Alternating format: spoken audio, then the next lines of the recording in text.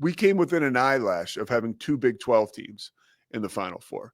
And in a situation where we quite possibly would have had two Big 12 teams in the championship. Now that's out of the realm of possibility. Houston took care of business yesterday. I mean, and boy, do they take care of business. It's so funny.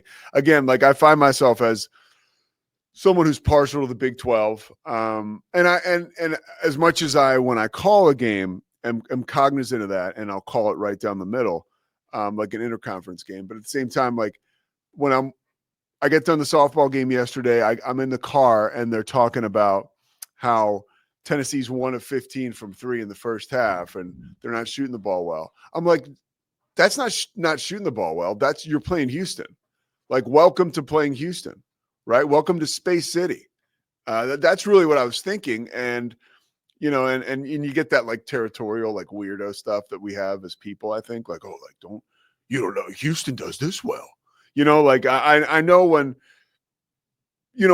I parachute in to call a game, let's say it's like a North Texas game, and people have been watching North Texas all season long, and like I'll come in or I'll maybe won't give them the credit they deserve, or maybe I give the other team too much credit, and it's like nobody knows that team as well as the North Texas fan base, right? They've been watching every game, they've been listening to every game. Or sometimes this happens early on in the season, whether I'm doing like a Texas Tech game or a West Virginia game, and then some dude's parachuting in, calling the game and, not maybe punctuating some of the statistics and facts that you would like them to punctuate as a fan who's watched all season long.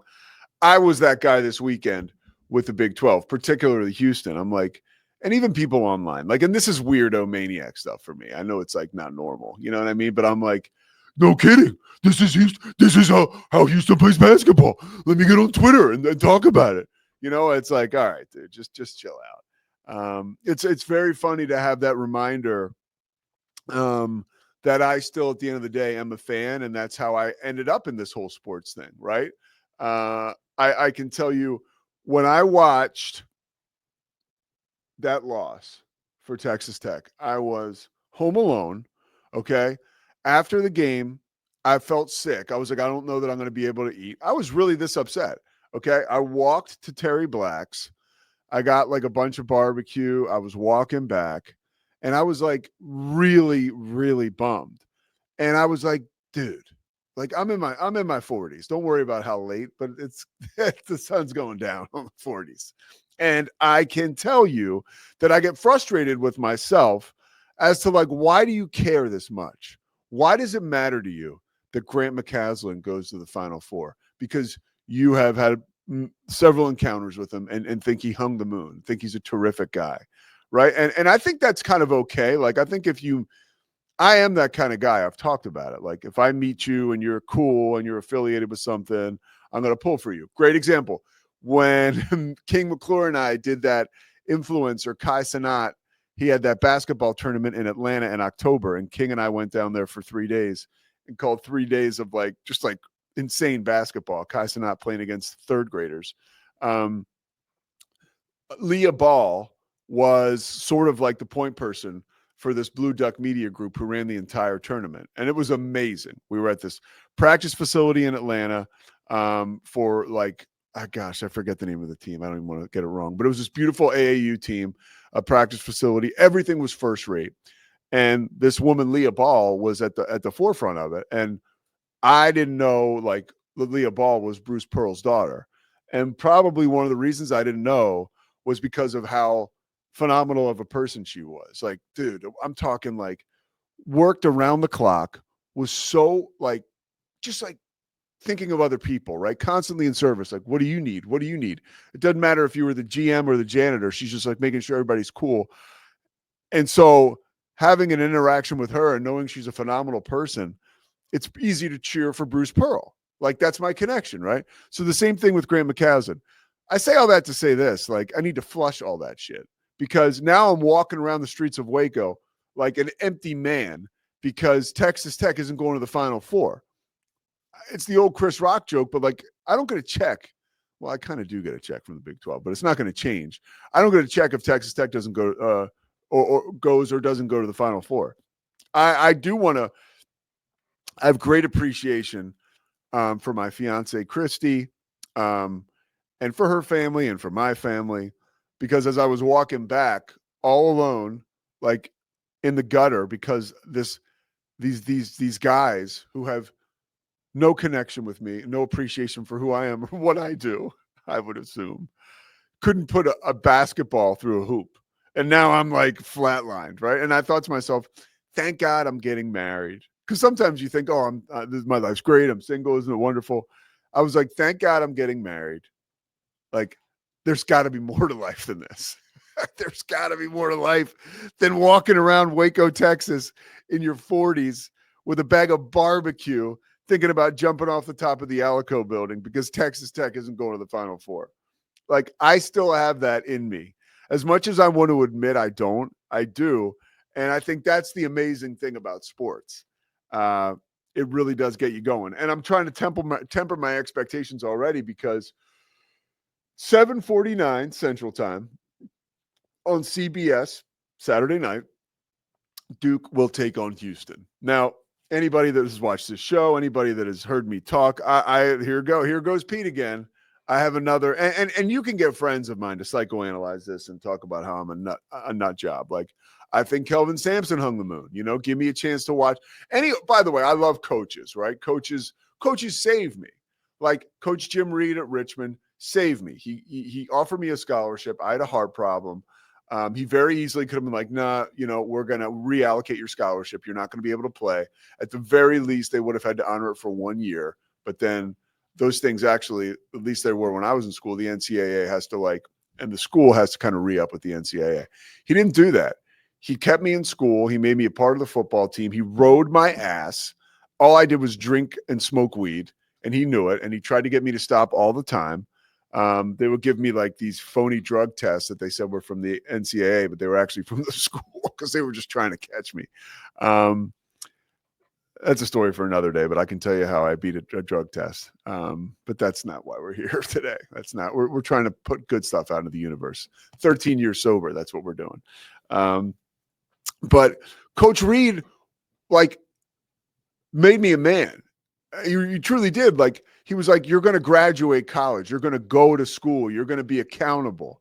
And he rode my ass into understanding that was a reality. And I wasn't even healthy to play. But so that's kind of man it was. So I love hard-ass coaches. And Kelvin Sampson is a hard-ass coach who, his love language is accountability and discipline. And I've seen probably 3 of their practices since I've been calling games over the past 3 years. And I've done probably 4 or 5 of their games. And so you get time to talk with Coach Sampson. He loves baseball. He'll talk to you about baseball forever. He loves to talk family. And he's just a special, special guy. His whole, Houston's basketball program is like a family. He's at the top. His wife's up there with him. His daughter works with the team on the marketing arm. Obviously, his son Kellen is an assistant, the head coach in waiting. That program was nothing. From 1987 to 2010, when Tom Penders took him to the tournament, they did not go to an NCAA tournament. Houston didn't. Phi Slama Jama left dormant, right? Kelvin Sampson, hired by Mack Rhodes at Houston, resurrects this program and turns it into a monster. A monster. And here is why this is such an important run for Houston. If you appreciate Kelvin Sampson and what he has done, is because, and here's the tough news for Houston folks, in my opinion, the window is quite possibly closing on Houston's ability to win a national championship or to be a top 5 team consistently. And here's what I mean.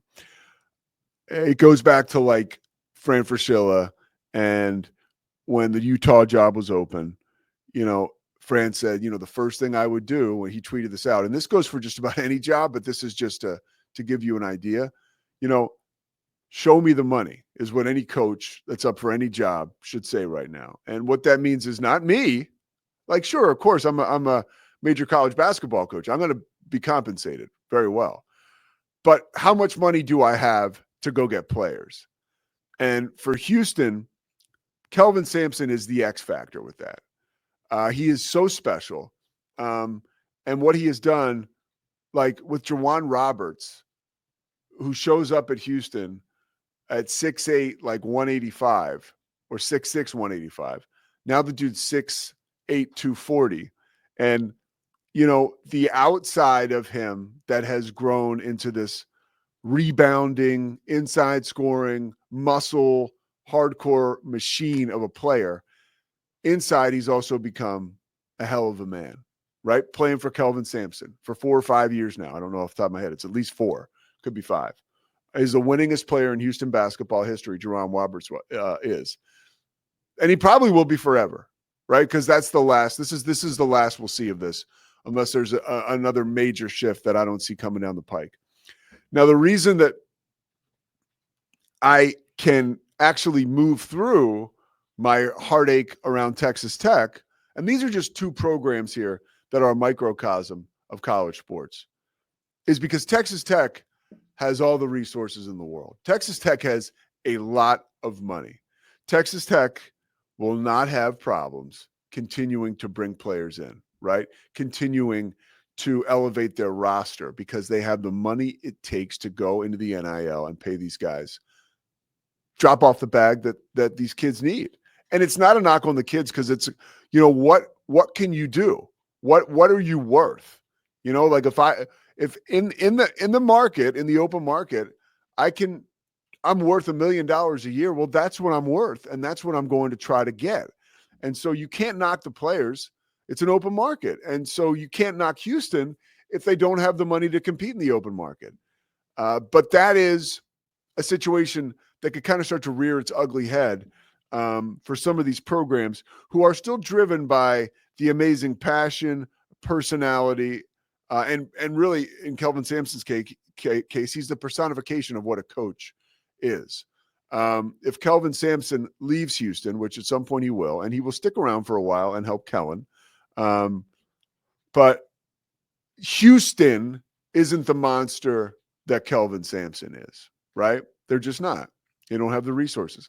Texas Tech is a great fit because they've got this guy, Grant McCaslin, who could, if he wanted to right now, step out and be the next Joel Osteen, right? But he's not.